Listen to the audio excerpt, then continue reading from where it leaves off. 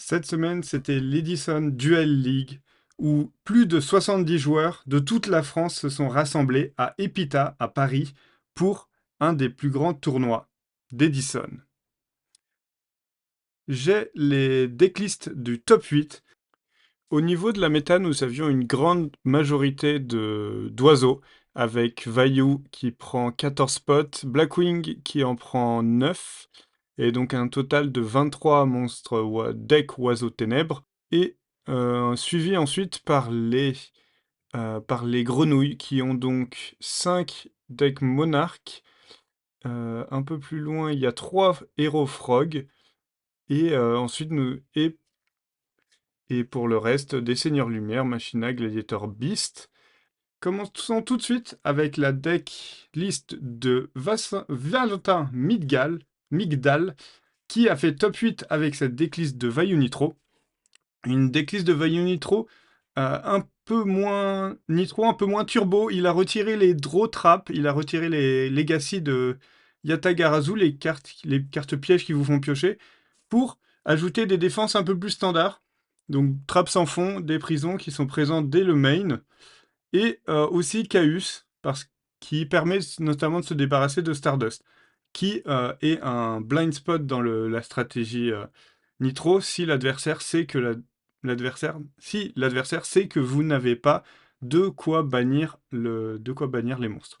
Il y a aussi Escape from the Dark Dimension qui est présent dans le deck. Il permet d'invoquer spécialement un monstre ténèbres qui a été banni. Donc je pense que ça permet notamment de faire comme un return où ça peut créer des lignes de double sirocco. Dans une tactique de chercher à saquer, d'essayer d'être le plus injuste possible, je vois cette carte comme très intéressante. En tout cas, il retire un peu la consistance de toucher les bombes, de toucher les Burial, Dragon Armé des Ténèbres et Return, en échange de plus de défense.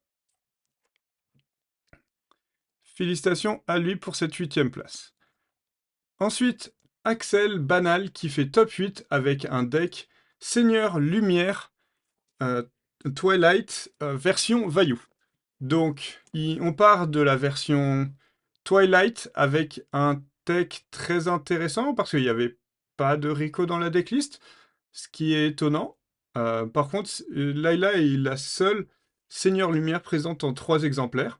Le reste est présent 1 pour essayer de se faire meuler, et surtout faire des noms pour le Dragon du Jugement. Et donc, il joue les boss monsters d'un deck Twilight classique, comme j'avais présenté dans ma vidéo précédente. Dragon du Jugement, Sorcier du Chaos, Dark Arm Dragon, et les Monster Reincarnation qui sont techniquement des boss monsters. Et au niveau des petits monstres ténèbres, en plus des classiques Necrogarna et Plague, il y a Gale, il y a Chaos, et il y a une petite base Vayu Turbo, donc, enfin une petite base Vayu, donc 2 Dark Greffer, 3 Vayu, 2 Sirocco, avec un renforcement de l'armée. Et le tout sur 45 cartes, avec un Wolf dans le side deck. Intéressant. Intéressant, intéressant. En tout cas, une nouvelle tech du deck Seigneur Lumière qui retire son côté un peu anti-méta avec les Kaiku qui étaient présents dès le main.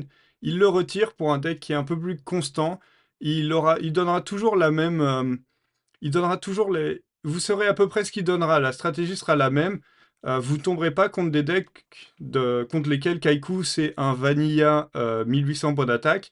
Vous ne tomberez pas contre des decks qui ignorent le cimetière et contre lequel Dédé Crow dans votre main deck est un simple tribute fodder, un discard fodder, pardon, et unique, dont le seul rôle c'est d'être défaussé. Là, vous savez à peu près à quoi vous attendre à chaque partie. Mais vous pourrez effectivement moins euh, sortir l'adversaire de la partie un peu moins complètement contrecarrer la partie, le deck, la stratégie de l'adversaire. Prochain, en tout cas, félicitations à Axel pour avoir montré pour avoir montré de la nouveauté dans le format Edison, donc, de prouver que le format Edison n'est jamais complètement résolu. Deck suivant, c'est un deck Value qui sera un peu plus standard. C'est la version Solemn Judgment 40 cards, donc pas de... on note l'absence de Sorcier du Chaos et l'hamster qui n'est présent cette fois qu'en un exemplaire. Au niveau du side deck, je remarque beaucoup de contre Value, donc un Kaiku, un Transmigration Prophecy et un Dédécro. Par contre, il n'y a pas de Mind, il choisit de ne pas le jouer. Ce qui se comprend parce que Mind, c'est la carte qui fait un peu peur à jouer. Même moi, quand je l'ai, des fois, je suis pas sûr parce que le value peut très souvent poser des values, du bait pour le mind control et au final te retrouver à une carte qui fait du -1. Donc, voilà, mind control qui perd peut-être son statut de carte indétrônable contre Value Turbo. Félicitations à Oscar pour cette 6ème place. Ensuite, Simon Leboeuf, qui joue un deck Christia Sworn, qui plutôt classique.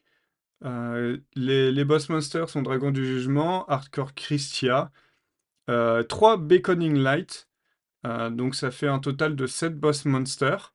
Quand le deck tourne, il empêche complètement l'adversaire de jouer. Au niveau du side deck, je remarque aucun decret. Il joue uniquement Imperial Iron Wall pour contrer les Vaillous et un Mask of Release pour restrict, un masque de la restriction pour les decks Frog.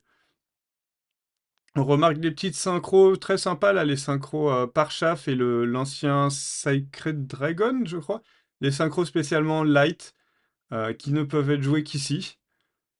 Et comme il a la place et qu'il peut recycler les Cyberdragons, il se permet de jouer 2 Chimera Tech Fortress Dragon. Au niveau du side deck, il y a un Fred the Wanderer, je crois. Fred the Brave Wanderer, qui... est-ce qu'il y a son nom en français? Je n'ai pas son nom en français, mais en tout cas, il a ses 1700 points d'attaque, 1200 points de défense. Et une fois par tour, je peux bannir 2 monstres lumière du cimetière pour cibler un monstre face recto dont l'attaque est plus grand que ce monstre-là. Et je détruis la carte. Donc tu détruis un monstre qui a plus de 1700 points d'attaque. Sauf si l'adversaire fait shrink, mais dans ce cas-là, ce serait particulier. Et donc, une tech intéressant. On note le fait que bannir pour ce deck-là est plutôt une bonne chose. C'est quelque chose qu'il apprécie, notamment pour moduler le nombre le Grave Count de Christia. Je remarque aussi uniquement 2 héros de la Ode of Orange Light. Une tech intéressante, le Herald of Orange Light, fait partie de ces... cela fait partie des, des cartes un peu bricky du deck, mais cela fait aussi partie des forces du deck. Donc une arme à double tranchant, il décide d'en jouer que 2 cette fois-ci. Félicitations à Simon pour cette 5ème place. 4ème place, Simon Greenhut, j'espère bien le prononcer. Encore une fois, un deck value plutôt classique à 40 cartes. Au niveau du side de deck, c'est un Vanity's Fiend et pas de fossile Pachycéphalosaure. 2 Dédécro en side deck, pardon. Et le Mind Control qui est bien revenu cette fois-ci. Félicitations à lui pour cette 4ème place. En 3ème place, un autre Value Turbo, cette fois avec Jean Vitali, qui amène des techs très intéressantes, notamment le Cyberdragon qui est joué en main deck, qui est très sympa par rapport au hamster et la charge, parce que cela donne de la diversité au niveau des options, au niveau des ouvertures. Le fait d'avoir 2 Rico, c'est pas super fort, alors qu'avoir un Rico, un Cyberdragon, ça rend la main plus malléable. Donc cette tech est intéressante sur ça. Au niveau des pièges, il joue une attaque d'Icar. Il ne joue pas de Solemn en main.